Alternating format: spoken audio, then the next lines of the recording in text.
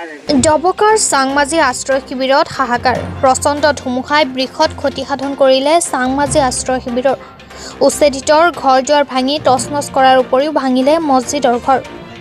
নিৰ্বাচনৰ পূৰ্বে বহু নেতা পালি নেতাই খবৰ লৈছিল যদিও ভোট দিয়া এমাহ সম্পূৰ্ণ নহওঁতে আশ্ৰয় শিবিৰৰ খবৰ ল'বলৈ নাই কোনো দলৰে ৰাজনৈতিক নেতা। সম্প্ৰতি চৰকাৰ এইসকল লোকক সংস্থাপন কৰি দিয়াৰ দাবী উত্থাপন কৰে, অন্যথা বোম ব্লাষ্ট কৰি একেলগে সকলোকে হত্যা কৰাৰ দাবী উত্থাপন কৰে। কাৰণ আজি নিশা কিদৰে পাৰ কৰিব তাকলৈ চিন্তিত আশ্ৰয় শিবিৰৰ ৩০৮টাকৈ পৰিয়ালৰ লোক। ধুমুহাই ক্ষতিগ্ৰস্ত কৰা আশ্ৰয় শিবিৰৰ লোকে বৰ্তমান লঘোণে সময় অতিবাহিত কৰিছে। আজমল আনফৰৰ লগতে হৃদয়বান লোককো জনাইছে সহায়ৰ আহ্বান।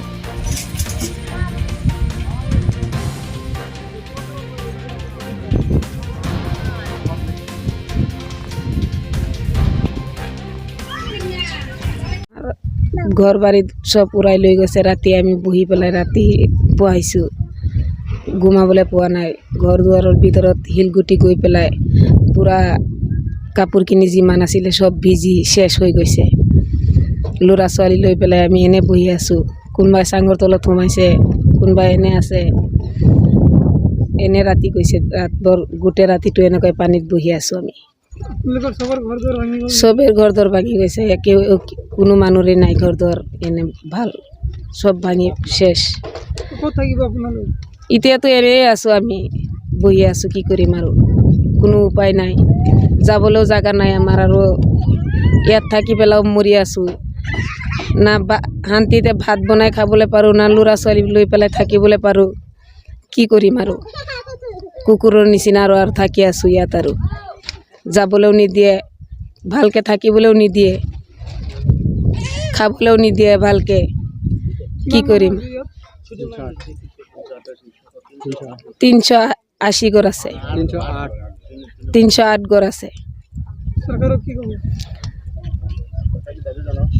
চৰকাৰক এতিয়া কি ক'ম, আজি 3 বছৰ ধৰি আনি পেলাই ইয়াত ৰাখি আছে, আমাক ল'ব কৈ পেলাই নলয়।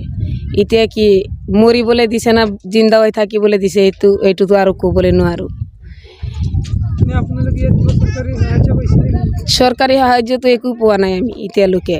এনে দি আছে, লোকেল মানুহকেইটাই দি আছে, কোনোবা টাইমত দি আছে, অলপ চলপ দি আছে। আৰু আছে, ধন্যবাদ জনাই।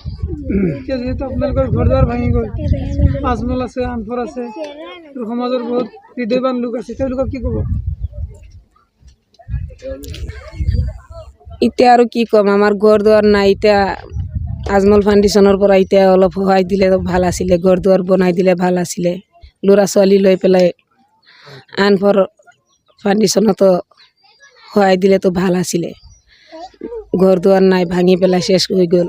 এতিয়া আৰু ক'ত যাম আমি, যাবলৈও জগা নাই আমাৰ। বৰকাত আমি আৰু কি ক'ম, আমাৰ মানে দুখৰ কথা। যোৱাকালি ৰাতি 12টা বজাত এনেকৈ ধুমুহা আহিলে। ধুমুহা আহি পেলাই আমাৰ ৩০৮ ঘৰ মানুহ ইয়াত আছে। চাওক, এই ৩০৮ ঘৰ পৰিয়ালৰ ভিতৰত কাৰো এটা ঘৰ ভাল নাই। তিৰপালৰ ঘৰ, গোটেইকেইটা ঘৰ মানে শিলগুটি পৰি চেন্দা হৈ গ'ল। গোটেইটো ৰাতি ল'ৰা ছোৱালী লৈ শুব মানে শান্তিত নাই।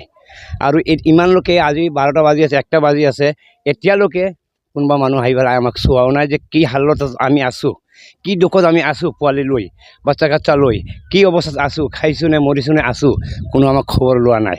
যাই হোক, খবৰ লোৱা নাই যদি আমি মানুহ জীয়াই থাকিব লাগিব। আমিতো ইয়াৰে মানুহ হয়, বেলেগ দেশৰ মানুহ নহয়, অসমৰে মানুহ হয়। গতিকে আমাক অলপ ইয়াৰ জনসাধাৰণে বা আমাৰ আজমল ফাউণ্ডেশ্যনে বা আমাৰ আনফৰ ফাউণ্ডেশ্যনে অলপ আমাক খেয়াল কৰিব লাগে, অলপ চাব লাগে। আমাৰ এইবিলাক ঘৰ দুৱাৰ অলপ সহায় কৰি দিব লাগে, অলপ বনোৱাই দিব লাগে, কিবা কিবি দি পেলাই আমাক অলপ সহায় কৰক। আৰু আমি চৰকাৰৰ ওচৰত বিনোদভাৱে অনুৰোধ জনাইছোঁ। চাওক, 3টা বছৰ আমি ইয়াত থাকি আছোঁ, 3 বছৰৰ ভিতৰত আমাক কোনো এটা সিদ্ধান্ত দিয়া নাই। এটা সিদ্ধান্ত দিছে, ইয়াত শুনি পাইছোঁ আমি, 15 লোচাকৈ মাটি আমাক দিলেও আমি কি কৰিম। মাজত আমাৰ সংগঠনে কৈছে যে আপোনালোকে যাওক। গৈছোঁ, ঘৰ চৰ বনাইছোঁ। বনোৱাৰ পিছত এতিয়া তিৰপাল নাই, বাছ লৈ পেলাই 4,000 5,000 টকা খৰচা কৰি পেলাই আমি তাতে গৈ ঘৰ চৰ বনাইছোঁ। বনাই পেলাই এতিয়া কি দি পেলাই আমি ঘৰটো ঢাকিম? ঘৰতো কমচে কম বেৰা লাগিব, চাল লাগিব, তিৰপাল লাগিব। কি দিয়ে আমাক চৰকাৰে কিবা এটা অনুদান দিবৰ কাৰণে আমি বিনম্ৰভাৱে অনুৰোধ জনাই আছোঁ চৰকাৰক। গতিকে আমাক অতি সোনকালে ইয়াৰ পৰা আঁতৰাই লৈ যাওক, নহ'লে আমাক মানে একেবাৰে মৰাই দিয়ক, নহ'লে আমাৰ উপায় নাই যাবলৈ। গতিকে আমি আৰু কি ক'ম, বিনম্ৰভাৱে অনুৰোধ চৰকাৰৰ ওচৰত আমাৰ যে আমাক অতি সোনকালে ইয়াৰ পৰা ট্ৰেন্সফাৰ দিয়ক, নহ'লে আমাৰ বাচিব উপায় নাই। আৰু নহ'লে আমাক আহি পেলাই চাওক আমি কি অৱস্থাত আছোঁ, এনেকৈ মানুহ থাকে নেকি? গৰু ছাগলী তেনেকুৱা অৱস্থাত নাথাকে, আমি এনেকুৱা অৱস্থাত আছোঁ বৰ্তমানে। গতিকে আমাৰ অনুৰোধ চৰকাৰৰ ওচৰত আৰু বেলেগ বেলেগ ফাউণ্ডেশ্যনত আমাৰ চবৰ ওচৰত অনুৰোধ যে আমাক অলপ জলদি সোনকালে আমাক কিবা এটা সংস্থাপন দিয়ক। আৰু নহ'লে আমালোকক কেনেকুৱা কওক যে আমি একবাৰে বম পেলাই চবকেইটাক মাৰি দিয়ক, আমাৰ একো দুখ নাই, আমি চব মনত শান্তি আনিম আৰু একেবাৰে আমি মৰি যাম। এইটোৱে আমাৰ মনৰ ভাৱনা। এখন মছজিদটো দেখা পাইছোঁ মছজিদটোও ভাঙি গ'ল, চাওক আমি নমাজ পঢ়িব নোৱাৰিলোঁ এই ৰাতি। আমি এই বেলেগৰ মছজিদ গৈ নমাজ পঢ়ি আছোঁ, ফজৰৰ নমাজ গৈ পঢ়ি আছোঁ, এতিয়া গৈ জোহৰৰ নমাজ আমি পঢ়ি আহিছোঁ বেলেগত গৈ পেলাই। আমাৰ এই মছজিদটোৰ কাৰণে আমি বিনম্ৰভাৱে অনুৰোধ জনাই আছোঁ আমাৰ আজমল ফাউণ্ডেশ্যনক, আমাৰ আজমল ফাউণ্ডেশ্যনক আৰু আমাৰ বিভিন্ন ফাউণ্ডেশ্যনক আমি এইটো অনুৰোধ কৰি আছোঁ, আমাৰ মছজিদটো বনাবলৈ এটা সহায় কৰক। আমিতো মুছলমান মানুহ, যাৰেই হওক ধৰ্মৰ এটা ঘৰ ভাঙি গ'ল, আমিতো বনাব নোৱাৰিম এতিয়া, আমাৰ উপায় নাই, খাবলৈ নাই, এসাঁজ খাবলৈ নাই, এনেকুৱা অৱস্থাত আমি আছোঁ। গতিকে আমি অনুৰোধ জনাই আছোঁ আমাৰ এই মছজিদটো, দুইটা মছজিদ চাওক, এটা মছজিদ ইয়াত আছে, মাইকী মানুহে নমাজ পঢ়ে, আমি মতা মানুহে এটা ঘৰ ইয়াত আছে, আমি নমাজ পঢ়োঁ। চাওক দুইটা ঘৰে আমাৰ একদম মাটিৰ লগত মানে একদম চাপি গ'ল। গতিকে আমি কেনেকৈ বনাম? ভাত খাম না ল'ৰা ছোৱালী পোহপাল দিম, না ঘৰত তিৰপাল লগাম, না আমি মছজিদ ঘৰটো বনাম?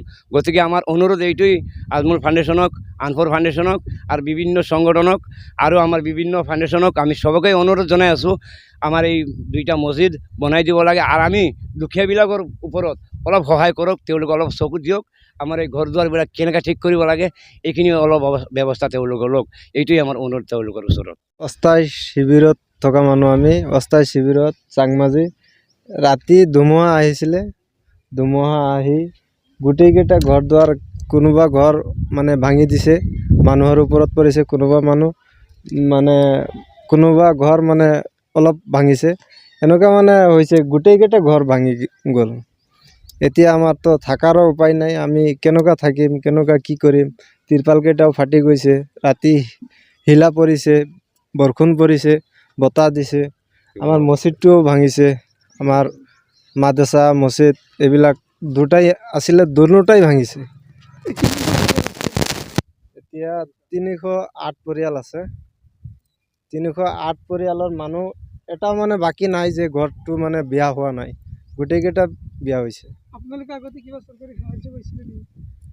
আগতেতো চৰকাৰী সাহায্য পোৱা নাই, খালি এটা তিৰপাল দিছিলে, আমি জনা মতনে পানী দিছিলে টেংকাৰত ভৰি আনি, এদিন না দুদিন, কিন্তু আৰু একো পোৱা নাই চৰকাৰৰ পৰা। চৰকাৰক কি দাবী জনাব? আমি দাবী জনাইছোঁ, চৰকাৰক আমাক সংস্থাপন কৰক পটক কৰি, আৰু ঘৰ দুৱাৰ আমাৰ ব্যৱস্থা দিয়ক, ঘৰ দুৱাৰ থকাৰ কাৰণে আমাক দিয়ক। আমিতো শিবিৰত থকা মানুহ, কিন্তু দুখীয়া মানুহ, আমিতো ধনী মানুহ নহয়। আমাক দিয়ক, ঘৰ দুৱাৰ বনাই মাটি দিয়ক, বাছ আমাৰ এইটোৱেই দাবী। ধনী মানুহ আছে বা ব্যৱসায়িক মানুহ আছে, তেওঁবিলাকক মই বিনম্ৰ অনুৰোধ কৰি আছোঁ যে এইবিলাক দুখীয়া মানুহক কিবা এটা সহায় কৰক, মোৰ এইটোৱে মানে মোৰ কামনা।